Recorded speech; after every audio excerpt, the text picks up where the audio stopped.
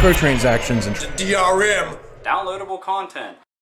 What's up, gamers? Welcome to Rant. My name's Kevin. In today's episode, let's talk about Troy Baker and his response to NFTs. All right. Now, I'm going to describe this for you. I'm going to have to say that this reminds me of like Electronic Arts being caught with their hand in the microtransaction cookie jar, and it didn't quite work out for them. So now they're going to create some kind of corporate bullshit excuse or reasoning of why they're doing what they did. That's pretty much the equivalent of where we're getting with Troy Baker. We're not going to read the entire article verbatim. So first off, let's touch on this idea that Troy Baker... I don't know how I feel about NFTs, Troy Baker. There's a bit of a problem with that bullshit excuse. You're working with a company that deals in NFTs. Therefore, you approve of them. We know your opinion. And you can sit here and say, well, that's not my opinion. Just because I work for a company that deals with NFTs doesn't mean I support them. That's bullshit. You can't sit here and tell me that as a creator, there's just no fucking way I, as a creator, would support any company that deals in NFTs. No fucking way. In fact, if an author of a fucking book decided they were going to jump into NFTs, I wouldn't buy their books anymore. Because not only as a reader, but as a creator, that is detrimental to the creativeness, and it's not treating an art form like an art form. It's becoming more about the money. And, you know, as a writer in novels, ladies and gentlemen, the one thing that people are told when they say, hey, I want to write a book, I want to write, is do not get into this idea that you want to write because you want to make money. That's not why you should do this. This is no different than any other creative area. Don't get into painting, don't get into sculpting, don't get into drawing because you want to make money. Do it because you enjoy it and you have the passion to do it.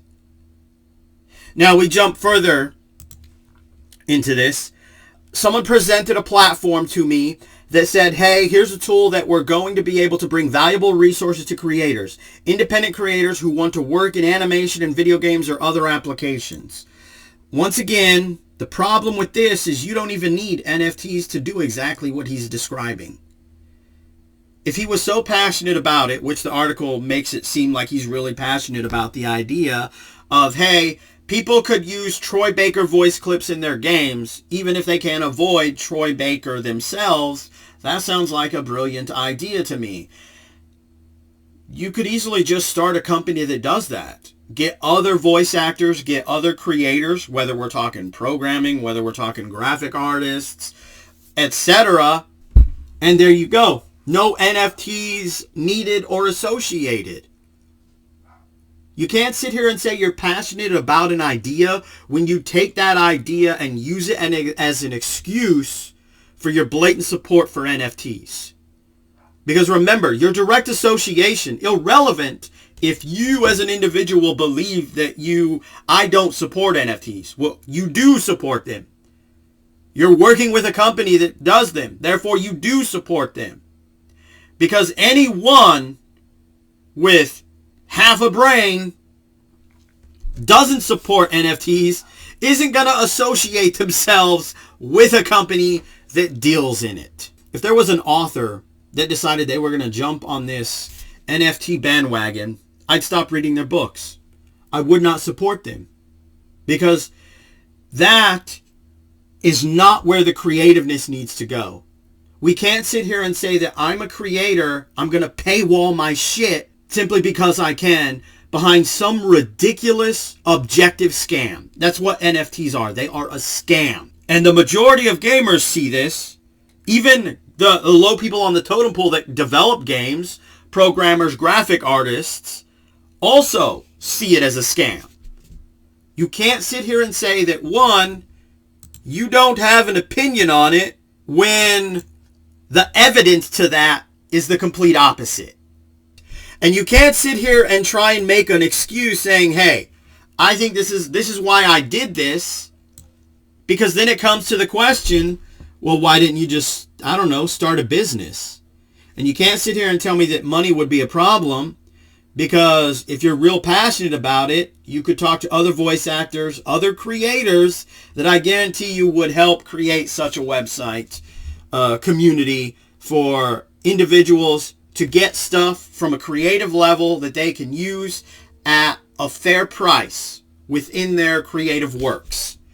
You can't sit here and say this is all about creativeness when clearly NFTs are about money. They're not about the artistic representation. They're not about the art. They are objectively about money and money alone. That's all I have to say about Troy Baker and his response to NFTs. So because I'm a writer, let me put this in perspective for you from the side of a creative perspective. If I was to write a book and somebody wanted to turn it into a video game, all right, yeah, probability, all that, irrelevant to this example. There is absolutely no way that I would go into that deal and give them what I'm going to say 100% control.